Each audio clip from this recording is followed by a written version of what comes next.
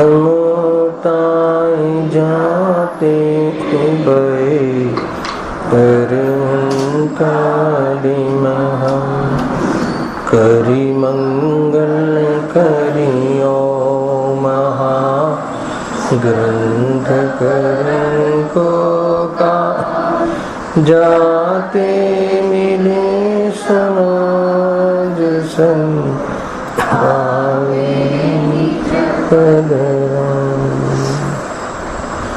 भवना सर्व दुखो तणो कारण मिथ्या बा तेनी सत्ता नाश करे प्रगटे मोक्ष उपाय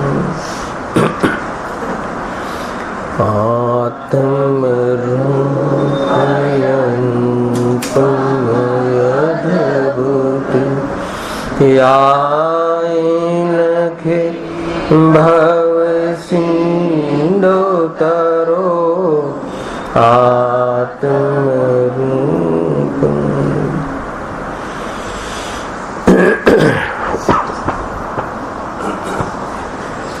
आज श्री मोक्ष मार्ग प्रकाशक ग्रंथ है।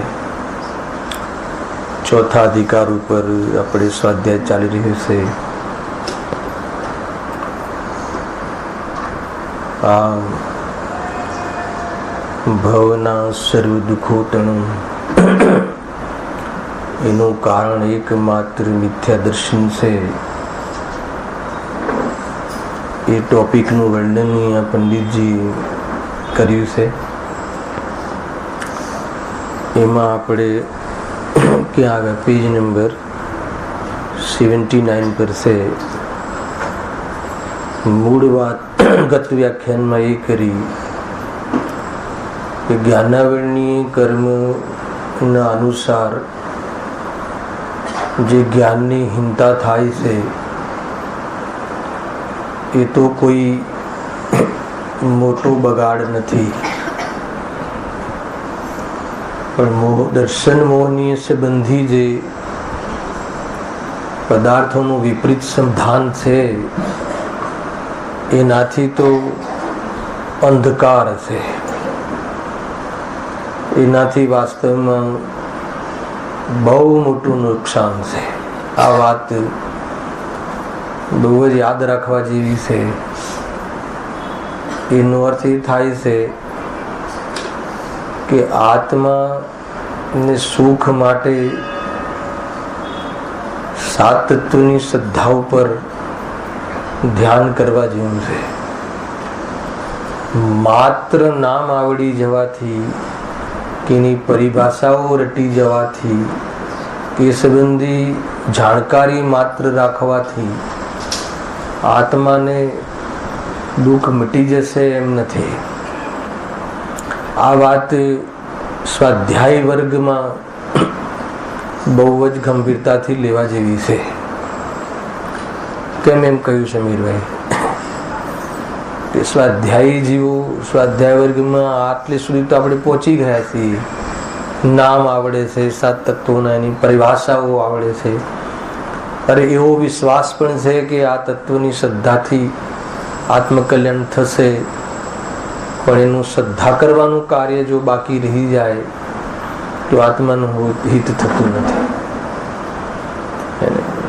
કોઈ માની લો કે રોગ થયો હોય, એ બધી ઔષધિની જાણકારી હોય, એનું નામ પણ ખબર છે, એના સંબંધી ક્યાંથી મળે એ પણ ખબર છે, અરે આપણી પાસે લાવી પણ દીધી છે, પણ એનું જો સેવન ન કરે તો રોગ ન મટે।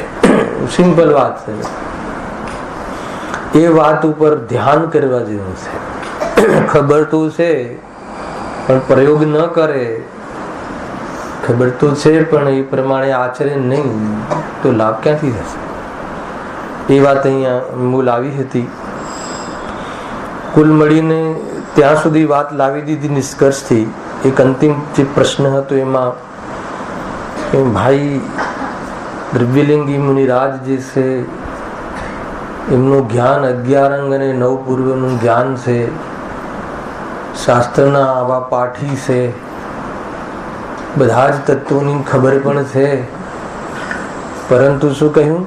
તત્વોનું, જીવાદિક તત્વોનું યથાર્થ શ્રદ્ધા ન હોવાના કારણે મોક્ષના અધિકારી કહેવાતા નથી.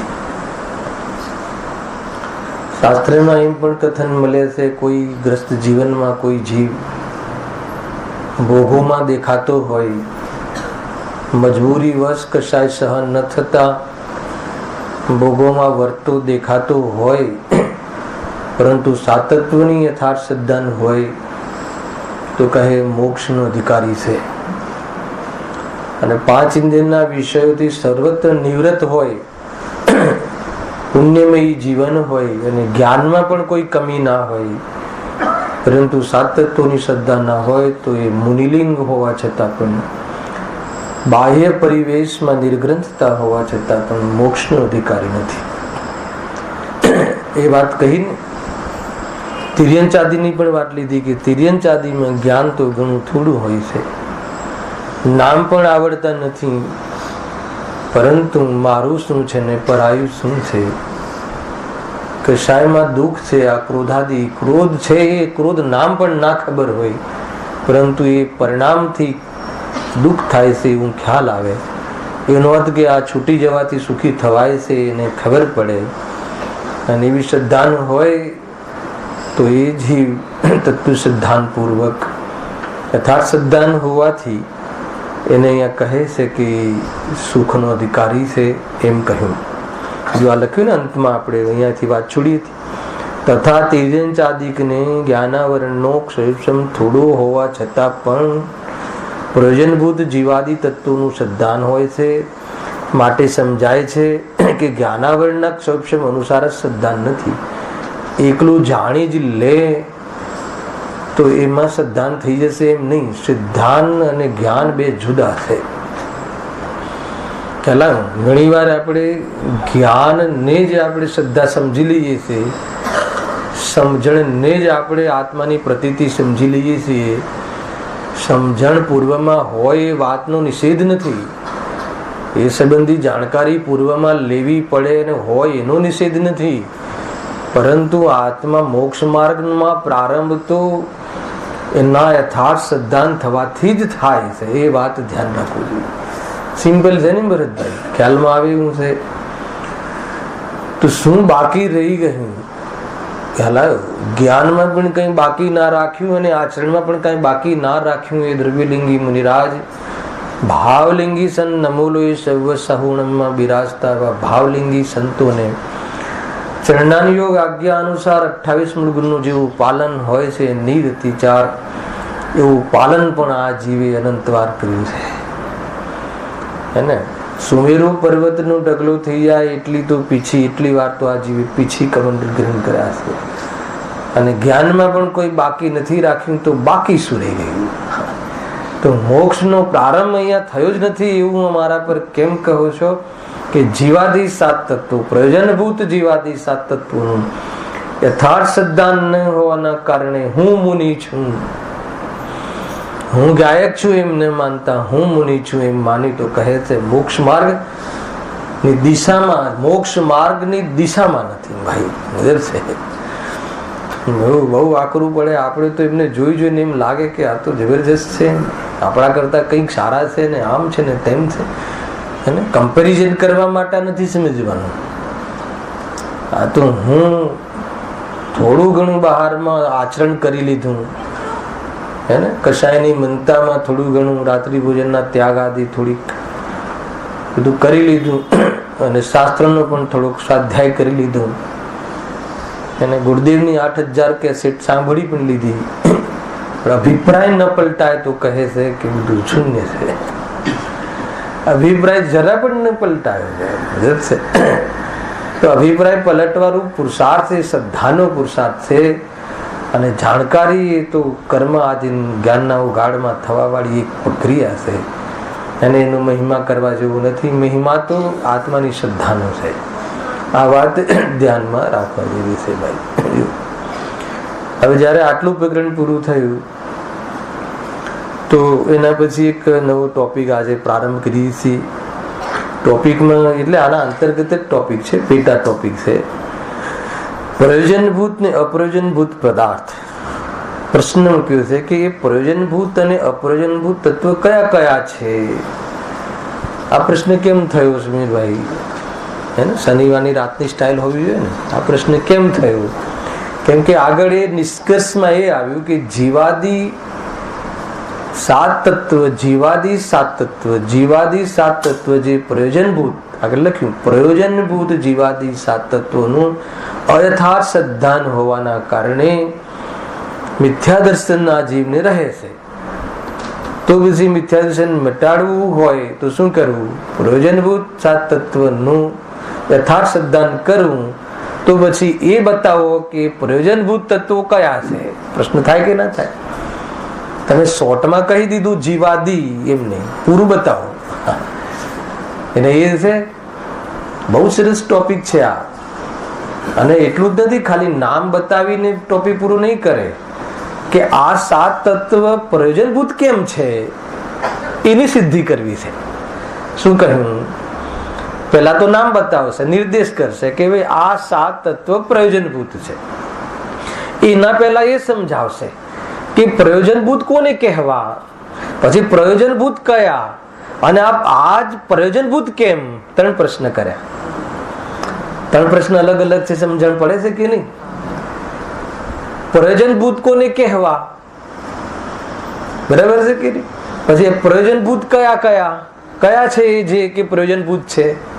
પછી તરત પ્રશ્ન કે ભાઈ આ પ્રયોજનભૂત કેમ એ બતાવો અમને. તો અમને તો ખોલીને બતાવો, અમે તો એને બહુ અબોધ પ્રાણી છીએ, અમને સમજણ પડતી નથી. આ સાત તત્વની સિદ્ધિ કરો કે આ જાણવાથી જ મોક્ષ થશે ને આ નહીં જાણવાથી મોક્ષ નહીં થાય. કેવી રીતે? આ જાણીએ તો મોક્ષ કેવી રીતે થાય અને આ ન જાણીએ તો મોક્ષ કેમ નહીં થાય? એ બે તમે સિદ્ધિ કરો. આ પ્રકરણ એનું છે. કેટલું જોરદાર પ્રકરણ હશે, સમજ. આપણે એમ લાગે કે ખાલી પ્રયોજનભૂત તત્વ કયા છે ને પ્રયોજનભૂત તત્વ કયા છે ભણી નાખો, એમ નહીં. પહેલો પ્રશ્ન કયો હતો સંકેત? પ્રયોજનભૂત કોને કહેવા, બરાબર છે ને? વાત કઈ ચાલે છે?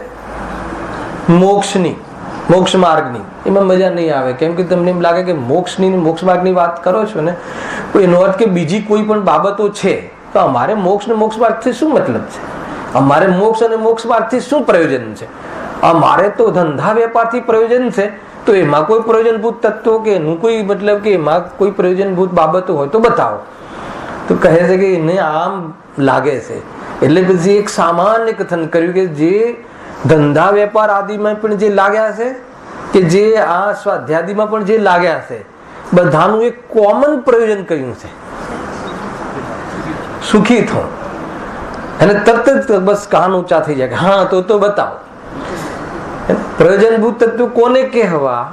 કે જે તત્વની શ્રદ્ધા કરવાથી સુખી થવાય જ અને જેની શ્રદ્ધા ન કરવાથી દુઃખ દૂર ન જ થાય એવા તત્વોને પ્રયોજનભૂત તત્વ કહે છે. તો કે જાણવું પડશે. તો શું વાત છે કે આજ સુધી મેં એવા તત્વો જાણ્યા જ નથી કે જેનાથી દુઃખ દૂર થાય. અમને તો બધી ખબર છે, એમ જાણતા હતા અમે તો. એને પંચમાં જરા ઊંચે બેસે અને એમ કહે કે શું વાત કરે છે, અમને ખબર નથી સુખી કોને કહેવાય. બધું ન્યાય કરવા બેસે ને પંચમાં, ઊંચે બેસે ને ઊંચી. જોરદાર વાત છે ને ભાઈ. બરાબર છે કે નહીં? કોને કહેવા પ્રયોજનભૂત? કે જેનાથી, જેનું સિદ્ધાંત કરવાથી ગેરંટી હે ને, કોણ ગેરંટી આપે છે? જ્ઞાની ધર્માત્મા આર્યન પરમાત્મા કુંદકુંદેવ ગુરુદેવ શ્રી શું ગેરંટી આપે છે કે આ તત્વનું સિદ્ધાંત કરવાથી, સાત તત્વોનું સિદ્ધાંત કરવાથી, જે તત્વોનું સિદ્ધાંત કરવાથી સુખ થાય જ થાય, જીવ સુખી થાય જ થાય, દુઃખ ન જ રહે. અને જેને ન જાણે, એની શ્રદ્ધા જ ન કરે, જાણી બી લે કદાચિત જાણી બી લે પણ શ્રદ્ધા ન કરે, અને પુણ્યનો ઉદય જગારા મારતો હોય, બહુ ઠાઠ હોય, બધું ભેગું લઈ લેવું, તો પણ એક સમય માટે પણ એને શાંતિ હોય એમ ન બને ને ન બને.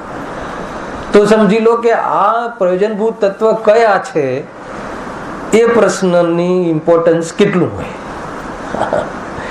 જોરદાર છે ને. આગળ આવો ભાઈ, થોડા પાછળ પેક થઈ જાય, આગળ ખાલી છે. હા, આ વાત ખ્યાલમાં આવે કે નહીં? પેલા પ્રશ્નનું મહત્વ સમજાવવું જોઈએ, પછી એ તરત જ કહેશે કે ભાઈ એ પ્રયોજનભૂત તત્વો કયા છે, કયા છે, કયા બધાને ખબર બી હશે. જીવ, અજીવ, આશ્રવ, બંધ, સંવર, નિજરા ને મોક્ષ. આ 7 તત્વ સંબંધી યથાર્થ શ્રદ્ધા ન હોય, દુઃખ અને દુઃખના કારણ, સુખ અને સુખના કારણ, દુનિયામાં મારું શું છે અને પરાયું શું છે એટલી ખબર ના હોય તો આ જીવ ચિંતાથી મુક્ત ન થઈ શકે, ન થઈ શકે, ન થઈ શકે. અને આ 3 મેટર અને આમાં 7 તત્વ, દુઃખ અને દુઃખના કારણ, સુખ અને સુખના કારણ, અને મારું શું છે અને પરાયું શું છે, સ્વ શું છે અને પર શું છે, આટલી મેટર, સુખી થવા માટેની આટલી મેટર છે. આ મેટર એની ક્લિયર ના હોય તો માર્ગમાં આવવાનો પ્રશ્ન જ નથી. જ્ઞાનમાં ક્લિયર હોય પણ શ્રદ્ધા ના હોય તો પણ માર્ગનો પ્રારંભ, સુખનો પ્રારંભ થતો નથી. એટલા માટે આ જાણવું જરૂરી છે. પછી ત્રીજો પ્રશ્ન જે છે એનો જવાબ અહીંયા આપશે. એનું આપણે વાંચીને એક એક તત્વની સિદ્ધિ કરીશું. એક એક તત્વ આ પ્રયોજનભૂત કેમ છે, સુખ માટે આ જાણવું જરૂરી કેમ છે, સુખ માટે આ સ્વને અને પરને એનું વેદ વિજ્ઞાન કરવું જરૂરી કેમ છે, હે ને? આ જાણીએ તો કેમ, મતલબ કે આત્માનું સુખ પ્રગટ થાય, ને આ ન જાણીએ તો કેમ ન થાય, એવી સિદ્ધિ કરી છે પંડિતજી. શું શૈલી છે, મતલબ કે પ્રફુલભાઈ આ જાતિની નિરૂપણ શૈલી જેને કહેવાય કે એક માત્ર આજે પ્રવચનમાં આવ્યો હોય, આજે જ, તો પણ એનું કાર્ય સધાઈ જાય અગર જો એમાં ધ્યાન આપે તો. કેવું ધ્યાન આપવું જોઈએ, કેવું ધ્યાન આપવું જોઈએ ચીનુભાઈ, હે ને? એક પણ બુંદ ફેલ ના જવી જોઈએ, હે ને? એ રીતે ઘેસ ખાઈએ અને બદામનો શીરો ખાઈએ આવડતું હોય ને તો આવડી જાય. ખ્યાલ છે? આ ક્યાંથી આવી વાત? ખ્યાલ? આનું ભાઈ હાથે બતાવું. આપણે ગેસ ખાઈ, ગેસ ખબર છે ને ઓલી અમારા ત્યાં તો ગેસ ખાઈ, ઓલું ચોખાની ગેસ બનાવે, હે?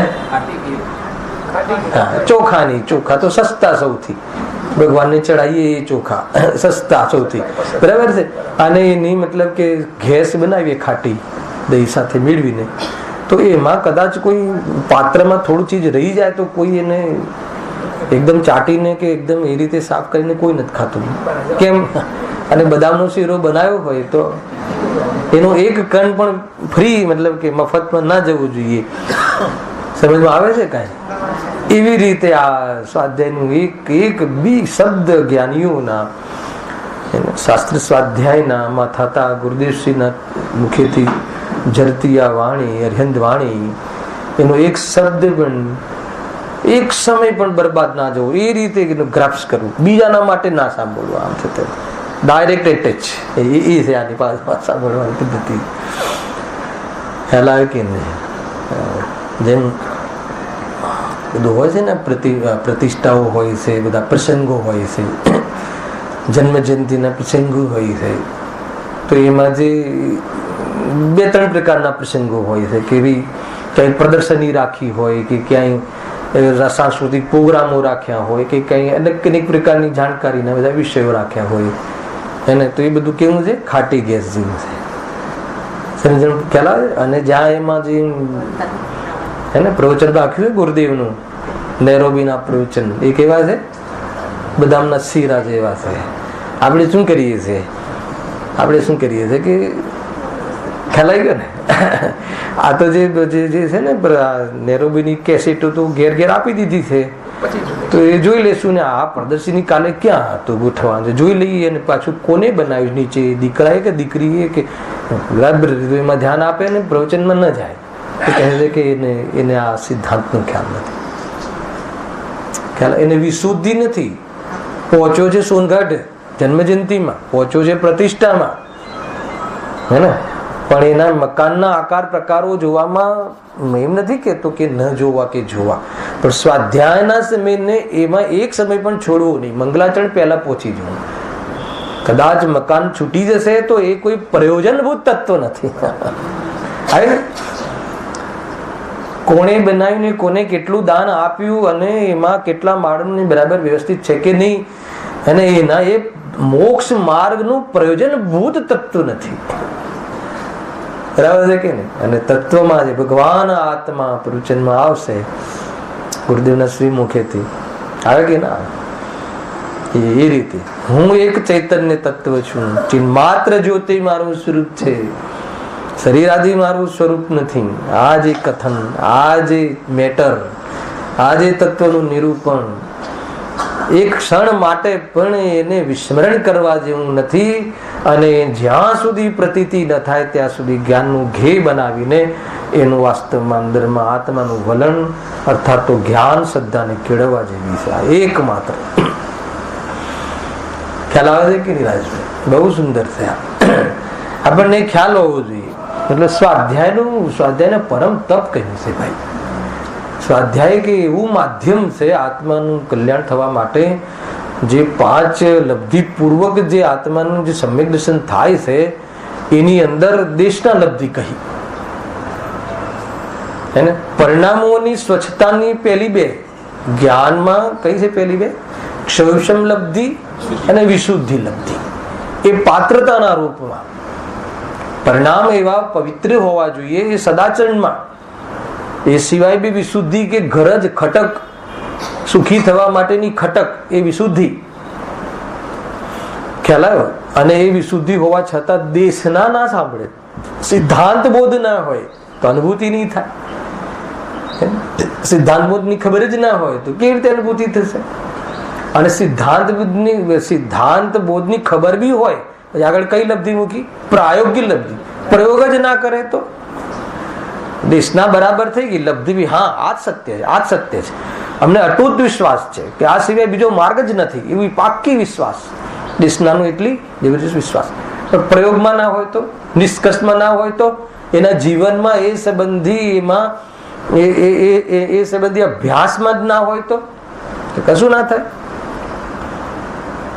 અભ્યાસમાં આવ્યા પછી કરણ લબ્ધિ, એમાં જે અપૂર્વ અપૂર્વ અપૂર્વ પ્રકાશ એને આત્મા સંબંધી અને સાતત્ય સંબંધી એમાં એટલું ખીલે છે જીવ અંતર્મુહૂર્ત કાલમાં કરણ લબ્ધિ પશ્ચાત આત્માનું દર્શન, ભગવાનના દર્શન, ત્રિકાળી દર્શન કરીને ઉભો થાય. એક સમયની પર્યાયમાં ખેલાયું એ છે અનંત કાળનું સુખ ભોગવી આવે છે જ્ઞાનીધર માટે. ખેલાય કે એક સમયમાં અનંત કાળનું સુખ એક સમયમાં ભોગવી આવે છે કે આ જ સુખ છે. જ્ઞાની ધર્માત્માનું સ્વરૂપ આ રીતે છે. આ શું કામ કહ્યું પહેલા કે આજે ટોપિકનો મહિમા લાવવા માટે. આ ટોપિક એટલો મહત્વપૂર્ણ છે, આપણે એનો પ્રારંભ કરીએ છીએ. જુઓ, પ્રશ્ન કયો છે? 2 પ્રશ્નના જવાબ મેં આપી દીધા. કયા 2 પ્રશ્નના જવાબ આપ્યા? કે પ્રયોજન કોને કહે છે, એ પ્રયોજન શું છે, બરાબર છે, અથવા પ્રયોજનભૂત તત્વ કોને કહેવા, એના પહેલાનો પ્રશ્ન લઈ લો. પ્રયોજન સુખી થવું છે તો સુખી થવા માટે છે જેની શ્રદ્ધા કરવાથી જ સુખ થાય છે, જે તત્વોની શ્રદ્ધા કરવાથી સુખ થશે જ થશે, અને જેની શ્રદ્ધા ન કરવાથી સુખ નહીં જ થાય એવા તત્વોને પ્રયોજનભૂત તત્વ કહે છે. અને એ પ્રયોજનભૂત તત્વ કયા કયા છે? પ્રશ્ન તો એ છે, પણ એ કયા કયા છે એટલો જ જવાબ નથી આપતા પંડિતજી. પંડિતજી કહે છે કે આ જીવા જીવ અજીવ આશ્રવ બંધ સંવર નિજરા મોક્ષ આ પ્રયોજનભૂત તત્વ છે. આમાંથી એક તત્વ સંબંધી પણ ભૂલ રહી ગઈ તો સાતેની ભૂલ છે, અને એક તત્વ સંબંધી ભૂલ નીકળી ગઈ તો સાથે સાતેની ભૂલ નીકળી જાય છે. આવ્યું કે નહીં? તો આ 7 તત્વ સંબંધી જે ભૂલ એટલે શું? જો એ સંબંધી નામ ન આવડે, એ સંબંધી પરિભાષાઓ સ્મરણમાં ના રહે તો એ જ્ઞાનાવરણી જનિત જ્ઞાનની હીનતાનો દોષ છે, એમાં કોઈ બગાડ થતો નથી. પણ એ 7 તત્વ સંબંધી વિપરીત શ્રદ્ધા હોય તો કહે એટલો મોટો બગાડ છે. આગળ જે સિદ્ધાંત ભણ્યા ને એ લગાવવાનો છે. હેલા, એટલો મોટો નુકસાન છે, અથવા એકમાત્ર નુકસાન જ નુકસાન છે. ખ્યાલ, નફો નુકસાન 2 જ હોય ને, કાં તો નુકસાન કાં તો નફો. તો નુકસાન જ છે, નફો છે જ નહીં. આત્માનું ભલું નહીં થાય એમ કહે. તો પછી ત્રીજા પ્રશ્નની અહીંયા શરૂઆત કરે છે એ રીતે કહેશે કે ઠીક છે, તમે 7 તત્વ પણ બતાવી દીધા અને આની શ્રદ્ધા કર્યા વગર સુખી નહીં થઈ એ અમને ખબર પડી ગઈ, પણ તમે તો અમને એને સિદ્ધ કરો, પ્રમેય રાઇડર્સ સિદ્ધિ કરો કે આને ન જાણીએ અને આની શ્રદ્ધા ન કરીએ, સ્વ અને પરને ન જાણીએ શું જરૂર છે? ઘણા એમ કહે કે નહીં, પરને ન જાણીએ તો શું પ્રોબ્લેમ છે, ખાલી સ્વને જ જાણીને હું એક સ્વ છું ને આત્મા છું અને એની શ્રદ્ધા હું કરી લઉં ને એમાં સમાઈ જવું તો ચાલે કે ન ચાલે? ખ્યાલ આવ્યો? આ પ્રશ્ન રહે છે. જયારે નયાતિક્રાંત થવું જ છે, પ્રશ્ન ખ્યાલ આવ્યો? જયારે નયાતિક્રાંત થવું જ છે, નયાતિક્રાંત એ ધર્મ છે. અને આ વાક્ય છે ને જે બહુ સ્વાધ્યાયી છે ને, એ સ્વાધ્યાયીનું જે સોચ છે ને એ સોચમાં આ વાત સમજવી જોઈએ. કારણ કે એકદમ આજે આવ્યો હોય ને નયાતિક્રાંત, તો એના માટે જે પહેલું કહ્યું એ અત્યારે નયાતિક્રાંત પહેલું કહ્યું કે ભાઈ આત્માને જાણવાથી જ આત્માના દર્શન થાય ને, આત્માના દર્શન કરવાથી જ આત્માની શ્રદ્ધા થાય. તો એક આત્માની જ વાત કરો ને, એમાં પછી તમે પરની ને આશ્રવની ને મોક્ષની ને શું ખાલી એક આત્માની વાત કરો? અમે આત્માને જાણીને એમાં સમાઈ જશું. ઘણા લોકો એમ કરે તો 7 તત્વોની શ્રદ્ધાની કન્ડિશન શું કામ મૂકી સમ્યક દર્શનમાં? એટલો બધો સિલેબસ શું કામ બનાવી દીધો? એક તત્વ જયારે 7 જાણીને એકમાં ડૂબવું છે તો એક જ બતાવી દો ને, પાર આવે. કોઈ જીવને આવું થઈ જાય. એ રીતે નયમાં ના પકડમાં બી નયાતિક્રાંત, જયારે નયાતિક્રાંત પક્ષાતિક્રાંત, અરે ભાઈ નયના પક્ષનો નિષેધ કર્યો છે. નયાતિક્રાંતમાં નયના પક્ષનો જ નિષેધ થાય છે, નયનો નિષેધ નથી થતો. ખરેખર જ્ઞાનીઓને જ નય તો હોય છે. સાચા નય જ્ઞાનીઓને જ હોય છે. ખ્યાલ આવે? તો એનો પક્ષ નથી હોતો. શુદ્ધ નયનો પક્ષ પણ મિથ્યાત્વ છે. શુદ્ધ નય મિથ્યાત્વ નથી, પક્ષરૂપથી એ રીતે છે. બહુ બધી વાત છે ભાઈ. અરે સાચા દેવ શાસ્ત્ર ગુરુનો પક્ષરૂપથી સ્વીકાર કરવો એ મિથ્યાત્વ છે. ખ્યાલ આવે? થોડીક નીચે આવીને વાત કરીએ તો બહુ જોરદાર છે. આપણે ક્યાં ભગવાન મહાવીર હે ને, એ જ સાચા દેવ છે. કેમ? ચીનુભાઈ ફટાફટ બોલો. કેમ કે અમારા ભગવાન છે. તો ગયો મિથ્યાત્વ હે ને, અમારા છે એટલે સાચા છે. એટલે આ જીવનો જન્મ આ ભવે આમાં થયો, નેક્સ્ટમાં મુસ્લિમ કોમમાં થશે તો અલ્લાહ એનો ભગવાન થશે. એનોથી એટલે એની શ્રદ્ધા વિતરાગી છે, સાચા છે એટલે અમારા છે. એટલે જેના નિમિત્તથી, જેના માર્ગદર્શનથી મોક્ષે જવાય છે, એટલે જ આ અમારા દેવ છે. સમજમાં આવ્યું કે નહીં? તો દેવને પણ ભલે સાચા હોય પણ પક્ષ રૂપથી શ્રદ્ધા કરવી એનું નામ મિથ્યાત્વ છે. એટલે ગુરુદેવ કોઈના નથી ભાઈ. ગુરુદેવ સૌરાષ્ટ્ર વાળાના કે ગુજરાત વાળાના? હે, જે 7 તત્વની શ્રદ્ધા કરે ગુરુદેવ એના છે. કોના છે ગુરુદેવ? દાવો કરો એના ગાદીથી કહું છું, ધ્યાન રાખજો. ગુરુદેવ કોના છે રાજેશભાઈ? જે 7 તત્વની, કેમ કે એમને શું કહ્યું છે? 7 તત્વની શ્રદ્ધા કર. 7 તત્વની શ્રદ્ધા કરે ગુરુદેવ એ ના છે. પછી ભલે એ તિર્યંચ નું મતલબ કે એક પશુ હોય તો એ ના છે. અને આપણે રોજ હે ને અમારી કાસ્ટના છે એટલે અમારા છે, તો કહે છે કઈ નહીં થાય નથી. દિગંબર જૈન ધર્મ અપનાવ્યો એટલે અમારા છે, તો કઈ નહીં થાય. હાલ આ બધું દૂષણ છે ને, એટલા માટે જો સાચી વાત પણ છે, સત્ય પણ છે, ગુરુદેવ આપણા હોય તો કેટલી ભગવાનની વાત છે, પણ કેમ આપણા છે એ પ્રયોજન એ છે ત્યાં ભૂલ પડી જાય. પક્ષરૂપથી નહીં સ્વીકારો. પક્ષરૂપથી તો શુદ્ધ નહીને સ્વીકારવો એનું નામ પણ મિથ્યાત્વ છે. પક્ષરૂપ શુદ્ધ નહીનો વિષયભૂત ભગવાન આત્મા હે ને, એ વાસ્તવમાં સમ્યક દર્શનનો વિષય છે. પણ શુદ્ધ નહીને સ્વીકારીએ કે ભાઈ શુદ્ધ નહીં, આપણે તો શુદ્ધ નહીંનો વિકલ્પ રૂપથી એનો પક્ષ આવી જાય. અને અશુદ્ધ નહીં તો મતલબ કે અશુદ્ધ નહીં પણ જાણવા જેવું છે. જાણેલો પ્રયોજનવાન તો છે કે નહીં, એટલે આ વાત નીકળી. 7 તત્વ કેમ એના અંતર્ગત આવી કેટલી ખાલી આ પ્રશ્નમાં કેટલી બીમારી નીકળી જાય ને. અમને તો 7 નહીં, આપણે તો આ તો આશ્રમની વાત કરે છે. અમારા લોકો આશ્રમ તત્વનો આજે હું અહીંયા વિષય લઉં અને કોઈ શુદ્ધ નહીંના પક્ષ વાળો જીવ આવે તો કે આ તો આગની જ વાત કરે છે, તો હું શું કરું? 7 તત્વોની શ્રદ્ધાનું નામ લખ્યું છે ને, ખ્યાલ આવે કે નહીં? અચ્છા, હું પર્યાયની વાત કરું તો એ મતલબ કે જે એકાંત મિથ્યા દ્રષ્ટિ છે, સર્વથા શુદ્ધ નહીં જ એને એકાંત મિથ્યા દ્રષ્ટિ જેને કહે છે. પર્યાયનું અને દ્રવ્ય સ્વભાવનું બંનેનું યથાર્થ જ્ઞાન હોવું જોઈએ. અને આશ્રય દ્રવ્ય સ્વભાવ, આશ્રય કરવા માટે એકાંત કરજે, જાણવા માટે એકાંત નહીં કરતો. એને જાણવું તો સ્વને જાણે, પરને જાણે, પર્યાયને જાણે, દોષને જાણે, ગુણને જાણે, સ્વર્ગને જાણે, નર્કને જાણે, કુદેવ કુગુરુને જાણે અને સાચા દેવગુરુ શાસ્ત્રને જાણે. પણ આશ્રય કોનો કરવો એ શ્રદ્ધાનો વિષય છે. આ તો જાણવાથી જ નિશ્ચિત કરી દે છે. અહીંયા તો કહે છે કે સાતે તત્વ જાણવાની વાત નથી, સાતે તત્વની શ્રદ્ધા કર. આશ્રવની શ્રદ્ધાનું નામ સાંભળી લેશે, પછી સાંભળવાનું આવશે. આશ્રવની પણ શ્રદ્ધા તો છે. આશ્રવની શ્રદ્ધા, આશ્રવની શ્રદ્ધા એટલે શું? આશ્રવ દુઃખરૂપ છે એમ માનવું એ સમ્યક દ્રષ્ટિ છે, અને આશ્રવ સુખરૂપ છે એમ માનવું એ મિથ્યા દ્રષ્ટિ છે. એનું નામ આશ્રવની શ્રદ્ધા કે આત્માની શ્રદ્ધા? એનું નામ જ આત્માની શ્રદ્ધા. સુખની શ્રદ્ધા થઈ ને આશ્રમની ઓરથી. એ રીતે આખું આ લેવું છે. આ પહેલા હું તમને થીમ કહી દઉં. જ્યારે બી કોઈ નવો ટોપિક ચાલુ થતો હોય ને તો એને કેવી રીતે સમજવું છે એ પહેલા આપણે થીમ મૂકી દેતા હોઈએ તો વસ્તુ તમને આગળ સમજાઈ જશે. તો એ વાત સાની આવી કે 7 પ્રયોજનભૂત તત્વો, 7 તત્વો કયા છે? કયા છે એટલે કયા છે? તો કેવી રીતે એને પ્રયોજનભૂત કહ્યા?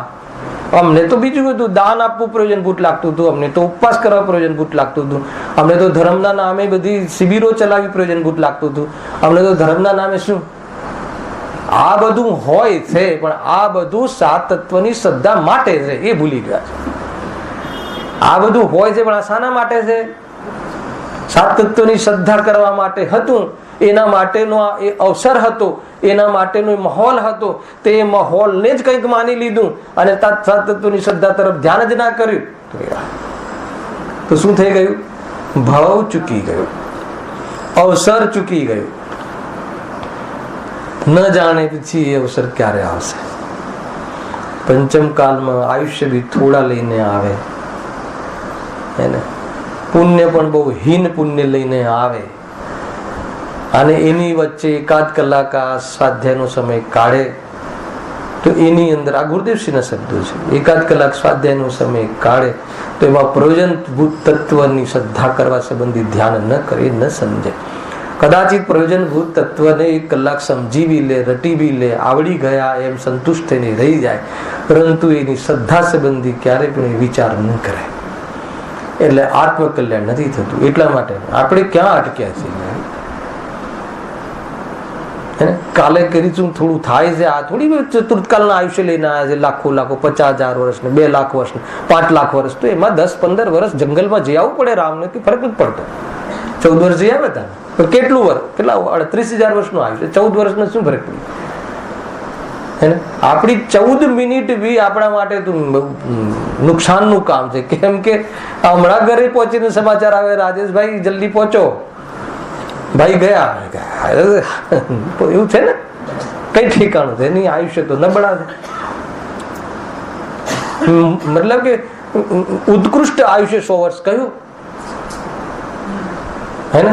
અને ઓછામાં ઓછું આયુષ્ય ગર્ભમાં સીધો આવ્યો, દીકરો થયો, પેલા પેલું ચેક બી કરી લે, દીકરો આવવાનો છે. પછી કેટલા ટાઈમ માટે આવ્યો? કે બસ 2 મહિના 3 મહિના માટે જ આવ્યો, પતી ગયો. એ જીવ આવ્યો ત્યાં પછી સમજમાં આવે છે. વૈરાગ્ય હોવું જોઈએ ભાઈ. અને બહાર બધું સરખું કરવા જાય પણ આગળ આવવા વાળું છે 7 તત્વ. મને 9 પદાર્થમાં પુણ્યનો પણ ભરોસો રાખજે. આવશે ખુલીને વાત કરીશ. પાપ પુણ્ય બંનેનો ભરોસો રાખજે. શું મતલબ છે? હીન પુણ્ય લઈને આવે છે આ જીવ, હે ને. એક સરખું પડે ત્યાં 4 તો વાંકા પડે જ. ઓર્ડર ના મળે, ઓર્ડર મળે તો માણસ ના મળે, માણસ મળે તો હે ને ડિલિવરી કરવા માટેનું એ વખતે યોગ્ય કન્ટેનર ના મળે, એ મળે તો પૈસા ના આવે, ઉઘરાણી ના આવે, ઉઘરાણી આવે તો દીકરો વાપરી નાખે. શું થયું આત્મા? એવા છે ને ભરતભાઈ, કેવા પુણ્ય લઈને આવે છે. ફાલતુ છે પુણ્ય, કોઈ મતલબ નથી. આત્મકલ્યાણમાં નિમિત્તમાં બને, એની અનુકૂળતા મળે, એને પુણ્યનો ઉદય કહે છે. સાંભળજો હવે વાત ખુલી જ છે. આત્મકલ્યાણમાં નિમિત્ત બને એવી અનુકૂળતા ને પુણ્યનો ઉદય કહે છે.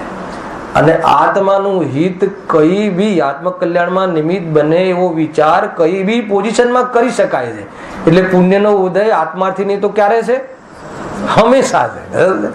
પણ એને તો પેલો પુણ્યનો ઉદય જોઈએ કયો? બાર થોડો ઠા ઠા તે આમ દામ ધામ. એટલા માટે પહેલી આપણે શું કન્ડિશન મૂકી પુણ્યના ઉદય માટે? પોતાનું કામ સધાય. હમણાં હું પોતાનું કામ ઓપન નથી કરતો. પોતાનું કામ સધાય, એની સિદ્ધિ થાય, એવી બહારમાં પરિસ્થિતિ બને, એવી બહારમાં અનુકૂળતા મળે, એને પુણ્યનો ઉદય કહે છે. આવી વ્યાખ્યાઓ આવતી આધ્યાત્મિક વ્યાખ્યાઓ. પોતાનું કામ કયું? આત્મદર્શન, સમ્યક દર્શન, ભેદ વિજ્ઞાન. સમ્યક દર્શન માટે ભેદ વિજ્ઞાન. આત્માનું ભલું મોક્ષમાં છે એટલે મોક્ષનું કારણ મોક્ષ માર્ગ છે. એટલે આત્માનું કાર્ય કયું છે? મોક્ષ માર્ગમાં પ્રવર્તન કરવું. તો એ બધું આત્માનું કાર્ય છે. અને એ મોક્ષ માર્ગમાં પ્રવર્તન કરવાનો અર્થ શું છે? આત્મદર્શન કરવું. આત્મદર્શન માટે શું કરવું? તો કે ભેદ જ્ઞાન કરવું. તો ભેદ જ્ઞાન. હવે આ જે છે પોતાનું કાર્ય કરવાની પરિસ્થિતિ ક્યારે થાય? કોઈ બી બહારમાં પરિસ્થિતિ હોય તો પણ ભેદ જ્ઞાન કરી શકે છે. વેદ જ્ઞાનનો અવસર છે. અરે પ્રતિકૂળતામાં તો ઓર વેદ જ્ઞાનનો અવસર છે. એને આપણે કોઈ મરણ પ્રસંગ આવે તો શું કહીએ છીએ પ્રવચનમાં કે ભાઈ આ તો તારા ઘરે તો વેદ જ્ઞાનનો અવસર આવ્યો છે. સાતાના જ્ઞાનમાં સૂઈ ગયો હતો એને કે આત્મા તો અમર છે, આ પર્યાયથી અમર છે એમ સમજી ગયો હતો. તો જો કોઈ ચાલ્યું ગયું તો તારી આંખ ઉઘડી કે આ પર્યાય કોઈ પરમાનન્ટ નથી. એટલે પરમાનન્ટ સમજીને તું સમર્પણ નહીં કરે. આવ્યું કે નહીં ભરતભાઈ? તો આ વેદ જ્ઞાન એવા પ્રસંગોમાં તો બતાવો આપણે આપણું કાર્ય સાધી શકીએ, વેદ જ્ઞાન સાધી શકીએ, એના માટે ભેદ જ્ઞાન કરી શકીએ એવો અવસર ક્યારે ક્યારે નથી? હંમેશા રહે છે. એટલા માટે પુણ્યનો ઉદય ક્યારે છે? પણ એવા પુણ્યનો ઉદય ભોગવે નહીં. હે ને? ભાગ્યશાળી કોને કહેવાય? પુણ્ય તો ઘણું છે પણ એને ભોગવે જ નહીં તો ભાગ્યશાળી ક્યાંથી કહેવાય? હે ને? આ બધું વેદ વિજ્ઞાનનો અવસર છે, બુદ્ધિ છે, બધું અનુકૂળતાઓ છે, ઊંધું છે પણ કરે નહીં અને ઊંઘી જાય તો કે તારું આ પુણ્ય શું થઈ ગયું? બળી ગયું. અને એ રીતે છે. એ પણ સમજવા જેવું. આવી એક બહુ અલગ રોચક વિષય છે. પાપ પુણ્ય સંબંધી બી ખુલાસા થઈ જાય ને તો આપણને ઉદય અને પરિણામ બંને સંબંધી આવશે. આગળ તત્વમાં જોશું. ત્યાં જો ઉત્તર પ્રશ્ન પાછું ભૂલી ના જવાય. મૂલ્ય પ્રયોજનભૂત તત્વ કયા છે અને અપ્રયોજનભૂત તત્વ કયા છે? અપ્રયોજન શું કામ નાખે? કે જ્યાં પ્રયોજન નથી એમાં વધારે રમી રહ્યા છે. એટલે કોઈ કહે કે આ કરીએ તો કે અપ્રયોજનભૂત, આ 7 પ્રયોજનભૂત છે એટલે બાકી પર ચોકડી મારતો જા, અથવા આમાં રાઈટ કરે એટલે બધામાં ચોકડી લાગી જશે. આરામ. બહુ જબરજસ્ત છે ભાઈ. જો મને તો એટલી સરસ આ કથન ગમ્યું હતું. જો તમે વાંચો પેજ નંબર 89 પર જે પ્રશ્ન શું કર્યો હતો કે તમે એમ કહ્યું કે પદાર્થોનું યથાર્થ શ્રદ્ધાન હોય તો સમ્યક દર્શન થાય. બરાબર છે? તો યથાર્થ બધા જ પદાર્થોનું યથાર્થ શ્રદ્ધાન તો કેવલ જ્ઞાનમાં ભાષે છે. એટલે અમારે કેવલ જ્ઞાન જોઈએ. તો જવાબમાં એક લીટી છે આમાં બહુ સરસ પંક્તિ છે, વાંચો છો. પ્રયોજનભૂત જીવાદી તત્વોનું શ્રદ્ધાન કરવા યોગ્ય જ્ઞાનાવરણનો ક્ષયક્ષમતો સર્વસંગની પચિન્દ્ર જીવોને થયું છે. એટલે કે તું જે કન્ડિશન મુક્તો હતો કે કેવલ જ્ઞાન જોઈએ એની જરૂર નથી. સુખી થવા માટે પ્રયોજનભૂત તત્વોનું શ્રદ્ધાન કરવાનું છે. સાત જ કેવલીએ બધું જાણ્યું છે, બધાના શ્રદ્ધાની જરૂર નથી. સિલેબસ શોર્ટ કરી દીધો થાળ દઈને. પછી શું કહ્યું કે 7 તત્વ જે જીવાદી 7 તત્વો જે પ્રયોજનભૂત છે એનું શ્રદ્ધાન તારે કરવાનું છે. અને એનું શ્રદ્ધાન થઈ શકે એવું શું લખ્યું? પ્રયોજનભૂત જીવાદી તત્વોનું શ્રદ્ધાન કરવા યોગ્ય, એની યોગ્યતા વાળું ક્ષયક્ષમ એટલું જ્ઞાન તો ખાલી મને થયું છે, બીજા બધાને નથી થયું એમ. અથવા તો એવું જ્ઞાન તો ખાલી જ્ઞાનીઓને, ટોડરમલજીને, ગુરુદેવશ્રીને, જયસેનદેવને થયું છે, આપણને નથી થયું એમ લખ્યું. શું લખ્યું? શું લખ્યું સમીરભાઈ જરા તમારા ગ્રંથમાં શું લખ્યું છે? હે વાંચો લીટી ચૂકો નહીં, વાંચો, વાંધો નહીં. બતાવો જરા, બતાવો પ્રફુલભાઈ, એ લીટી બતાવો એમને. તમારે શોધવાની છે. તો પહેલી લીટી છે ને 79 પેજ પર પ્રશ્નનો જવાબ છે ને, જે ભાઈ આ જે પ્રયોજનભૂત અપ્રયોજનભૂત પદાર્થના ઉપરનો પેરેગ્રાફ, એની પહેલી લીટી એમાં લખ્યું છે હે ને. અચ્છા, કાલે શું કહ્યું તું મેં? આવું ખબર ના હોય, આ સંબંધી અજ્ઞાન હોય તો મોક્ષ માર્ગમાં કાંઈ બગડતું નથી. શાંતિ થઈ ગઈ, કોઈ ચિંતા નથી. મને ખબર ના પડી, ભાઈ ભરી સભામાં પૂછ્યું, તકલીફ નહીં છે, ભરી સભામાં પૂછ્યું. હાલાકે એક સમયમાં જી પરેશાન. અરે અહીંયા એ બી કહ્યું ને ભરી સભામાં, તમને કઈ પકડાયું નહીં, આ ખબર ના પડી, તો એ બધું જ્ઞાનાવરણીય કર્મની ઓરથી થવા વાળી જ્ઞાનની હીનતાનો દોષ છે. એનાથી કોઈ બગાડ થતો નથી. પણ પ્રયોજનભૂત તત્વ કઈ લીટીમાં લખ્યા છે એ ખબર ના પડે તો ચાલી જાય, પણ પ્રયોજનભૂત તત્વ કયા છે એ ખબર હોવી જોઈએ. કદાચ એ ખબરમાં પણ નામ ન આવડે તો ચાલશે, પણ એનું વિપરીત સિદ્ધાંત ના હોવું જોઈએ, તો કામ થઈ જશે. કેટલું સીમિત થઈ ગયું. જ્ઞાનીઓએ ભાઈ એટલી કરુણા, હૃદયમાં એટલી કરુણા કે આ જીવને બહુ અલ્પ જ્ઞાન લઈને આવ્યો છે, તો આને કોઈ વિશેષ બહુ વિશાળ આને 148 પ્રકૃતિ ને કસાય પાહુડ ને આ પાહુડ ને એટલા બધા જે ગ્રંથો છે બધું છે, સર્વજ્ઞના જ્ઞાનનો વિષય બધું છે, પણ આત્મજ્ઞાન માટે એટલો વિષય જરૂરી નથી. પ્રયોજનભૂત આદિ 7 તત્વ. પછી શું કહ્યું? પ્રયોજનભૂત જીવાદી તત્વોનું શ્રદ્ધાન કરવા યોગ્ય જ્ઞાનાવરણનો ક્ષયોક્ષમ તો સર્વસંગની પંચેન્દ્રિયોને છે. એમાં આપણે આવ્યા કે ના આવ્યા? શામાં આપણે આવ્યા? જીવાદી પ્રયોજનભૂત 7 તત્વની શ્રદ્ધાન કરવાની યોગ્યતા. ખ્યાલ આવે છે? એની યોગ્યતા કોને છે? અને એની યોગ્યતા મને છે. એનો અર્થ શું? કે મને સુખી થવાની પાત્રતા મારામાં છે. ગજબ છે. આટલી ખ્યાલ આવે તો આપણે દીકરાને કહીએ એને કે ભાઈ એમ કે એમ કહીએ ને કે ભાઈ એના ગુણ પારણામાં એમ કહે છે ને, તો માન લો કે 10મું ભણતો હોય ને સારા ટકા આવતા હોય, અને આપણે એમ કહીએ કે આના ડોક્ટર થવાની પાત્રતા છે, તો ઘરના બધા જ બેસી જાય ને, શું કહ્યું ભાઈ જરા, શું કહ્યું કે આ દીકરાની તમને ખબર નથી, આની પાત્રતા ડોક્ટર બનવાની છે. અને અહીંયા શું કહે છે કે આની પાત્રતા ભગવાન બનવાની. તો કહે કે બરાબર છે, નહીં ચાલે. પાત્રતા એ કઈ સામાન્ય વાત નથી કરી. મને સવારે 2-4 વાર કથાને યાદ આવ્યું કે પંડિતજી ગુંજ રહે ને એ વાંચ્યું 2-4 વાર કે અહીંયા કહે છે કે તારે કેવલ જ્ઞાનની જરૂર નથી, તારે બહુ હોશિયારીની જરૂર નથી, બહુ વિદ્વતાની જરૂર નથી, બહુ બધા ઘણા પદાર્થોને જાણવામાં જવાની જરૂર નથી.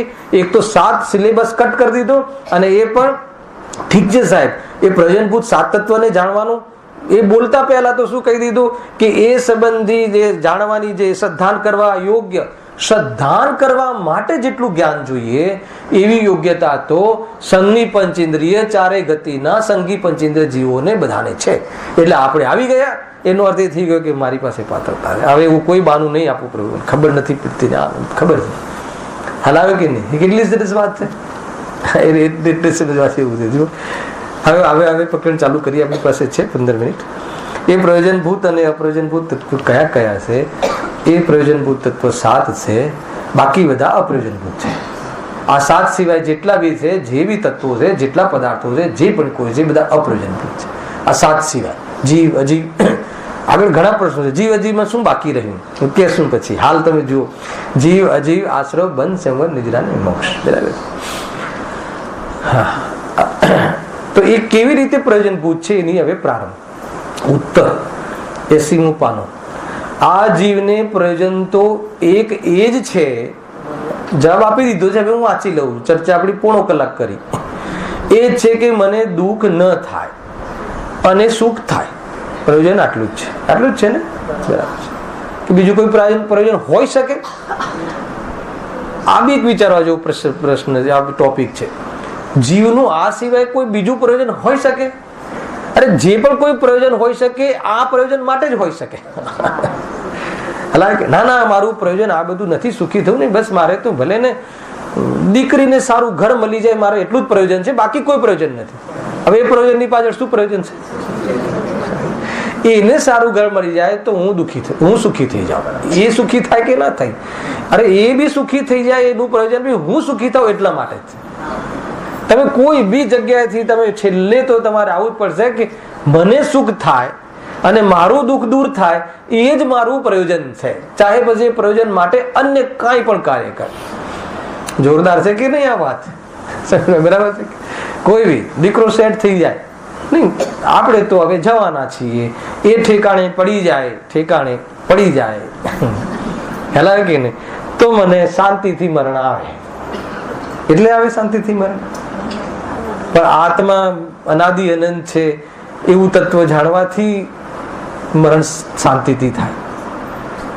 એને સમાધિ મરણ કહ્યું. એને આત્માની અનુભૂતિ પૂર્વક દેહને છોડવો એનું નામ સમાધિ મરણ છે. અને આત્માની અનુભૂતિ વગર એને દેહને છોડવો એ ક્લેશનું કારણ છે અને નવા દેહને ગ્રહણ કરવામાં નિમિત્ત બને છે કે નહીં? આ બી એક સબ્જેક્ટ જોરદાર છે. સમાધિ મરણ અંદરથી હૃદય દ્રવી જાય, કો અંદરથી મહિમા આવી જાય. જ્ઞાની ધર્માત્માઓને દેહ આમ સામેથી જતો દેખાય અને શાંતિમાં રહી શકે. તો પ્રભુ એ કેવી રીતે રહી શકાય? તો કહે કે આ 7 તત્વની શ્રદ્ધાથી કેવી રીતે રહી શકાય.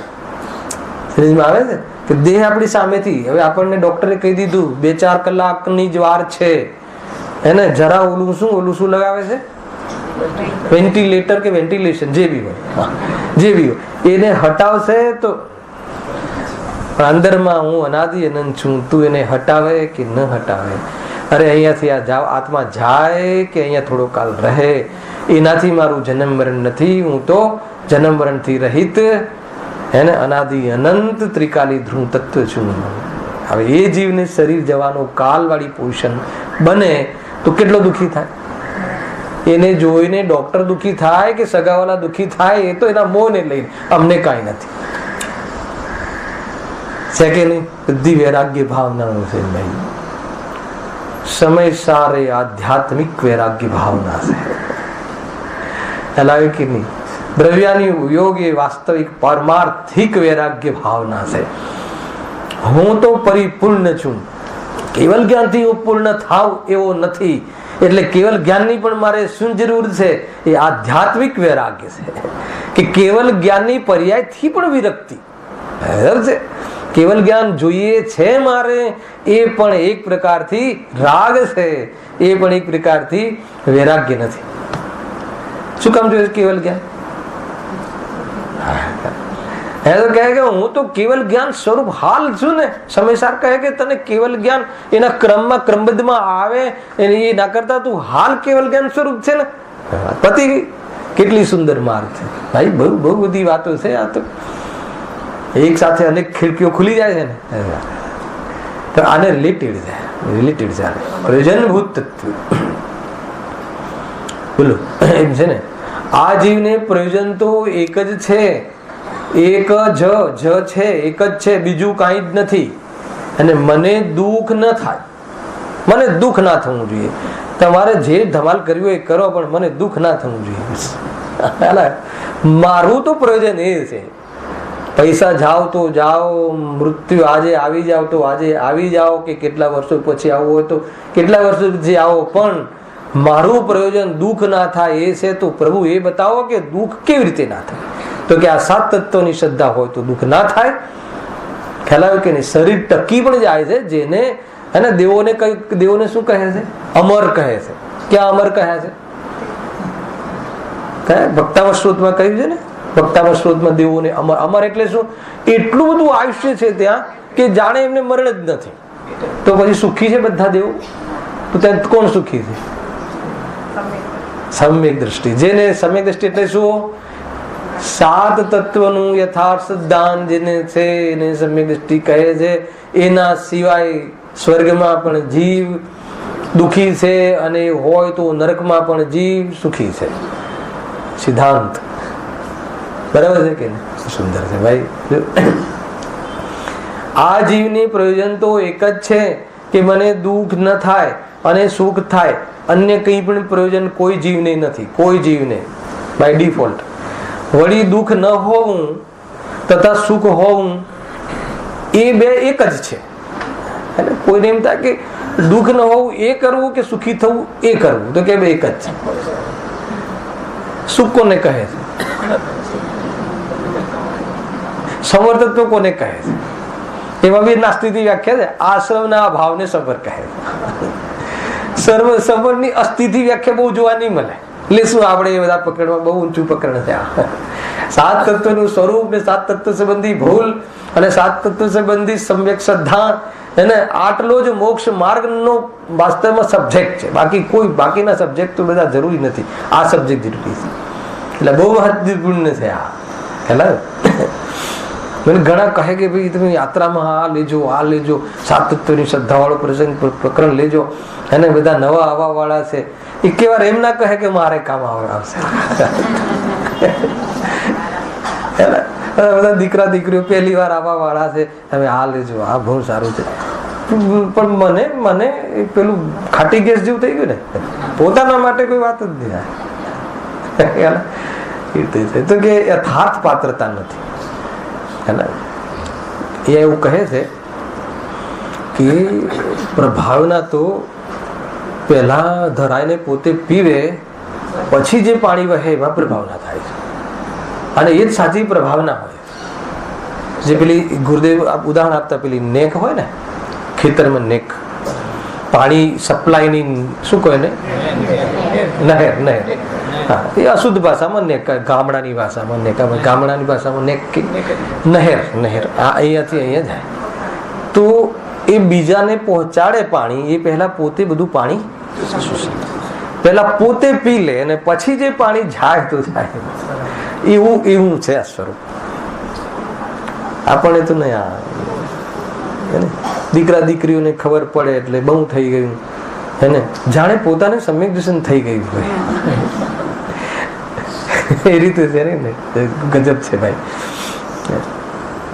હા, કારણ કે દુઃખનો અભાવ એ જ શું છે. આમાં ઘણા તથ્યો છે કે દુઃખનો અભાવ શું છે એ ડેફિનેશન એટલા માટે શાસ્ત્રમાં આપવામાં આવી છે કે આપણને સુખનો પરિચય નથી, આપણને દુઃખનો પરિચય છે. અને સુખમાં એવું સીધું લોજિક બેસી શકે કે આ જે દુઃખ છે ને, આ ના હોય તો સુખી થઈ જાવ. માનો કે આપણે હેડેક થયું તો હેડેક થી આપણને દુઃખ લાગે ને, માથું દુખે તો કે એક વખત તો કે ભાઈ માથું દુખવાનું એ છે ને, ખરેખર બહુ દુઃખ છે, બીજું બધું હોય તો ચાલે, પણ માથું કોઈને ના દુખવું જોઈએ. એટલે એટલું બધું એમ. હવે સુખી થવામાં શું કરવું? તો કે માથું ના દુખે ને સુખી થઈ જાય. કારણ કે માથું દુખે છે એને એક્સપિરિયન્સ છે, અને એ ન દુખે અને જે કંઈ પ્રાપ્ત થાય એ સુખ છે. એ રીતે વ્યાખ્યાઓ કરવી પડે છે, મજબૂરી છે. અને જો એ કેવું છે એને તમે શબ્દથી પરિભાષિત કરો તો કે કહી શક્યા નહીં તે પણ શ્રી ભગવંત જો. કેમ કે શબ્દોમાં સામર્થ્ય નથી, એ તો અનુભવ ગમ્ય છે. છતાં પણ બાહ્યથી કહેવામાં આમ છે ને આમ છે. ગોળ કેવો કે સાકર જેવો, ઓર કેવો કે ફલાણા જેવો, પણ કેવો તો કે ભાઈ તું ચાખી લે, એ સિવાય બીજો કેવો એનો જવાબ નહીં મળે. હમણાં મને કોઈ એક પ્રશ્ન પૂછ્યો છે મારા ઘરે કે એક બેનનો પ્રશ્ન આવ્યો છે, તમને પ્રશ્ન પૂછ્યો છે, જવાબ આપવાનો છે. કયો પ્રશ્ન છે કે મુનિરાજ જયારે સ્વરૂપમાં લીન રહેતા હશે ત્યારે શું થતું હશે? હવે આ પ્રશ્નનો જવાબ કેવી રીતે આપો? તો એ રીતે જ આપશે. આનંદમાં રહે, નિર્વિકલ્પ રહે, ચિંતા રહિત રહે, છતાં શું થતું હશે? આ જીવની જિજ્ઞાસા. હવે શું થતું હશે એ તો કરીને જ જોવાય, એ સિવાય ના જોવાય. ભાઈ ઝેરના પારખા ના હોય, હે ને, ઝેરમાં તો પછી પારખા કરવા હોય તો પછી તો પીને જો. ઝેર ખાવાથી મરી જવાય? કેવી રીતે મરી જવાય? તો પીને જો. કોઈ બી ચીજ અનુભવ જે ગમ્ય છે ને, એ કથનમાં કહેવાની તાકાત નથી. એવું નામ અનુભવ છે, કહી ના શકાય. એ ગોળ કેવો લાગ્યો તમને, જે ચાખ્યો છે એ તમે કહી ના શકો, કેમ કે અનુભવ ગમ્ય છે. પ્રેરણા આપી શકો, ભાઈ બહુ સરસ છે, બહુ સુંદર છે, આનંદ આવે છે, તું ચાખો. એ રીતે આનું પણ બહુ બધા ટોપિકો છે આની અંદર. જો હવે કારણ કે દુઃખનો અભાવ એ જ સુખ છે. મારે તો દુઃખ મિટાડવું છે, મારે દુઃખ ના જોઈએ. અને તને દુઃખ ના જોઈએ પણ દુઃખના કારણો તો ગમાડે છે. અથવા દુઃખના કારણોની તો શ્રદ્ધા નથી, અથવા દુઃખના કારણોની તો વિપરીત શ્રદ્ધા છે. ખ્યાલ આવે કે નહીં? દુઃખના કારણોની વિપરીત શ્રદ્ધા એટલે શું? દુઃખના કારણોને સુખના માનવા એ દુઃખના કારણો સંબંધી વિપરીત શ્રદ્ધા છે. શું વાત કરો છો? આવું ફોર્મ્યુલામાં તો ગમે છે, પરંતુ એના પ્રયોગમાં આવે ને ત્યારે એમ લાગે ના ના ના એ આ વાત બરાબર નથી. બતાવો ફોર્મ્યુલામાં ગમે કે ના ગમે? દુઃખના કારણો જે છે એની વિપરીત શ્રદ્ધા જે છે એ વાસ્તવમાં મિથ્યાત્વ છે.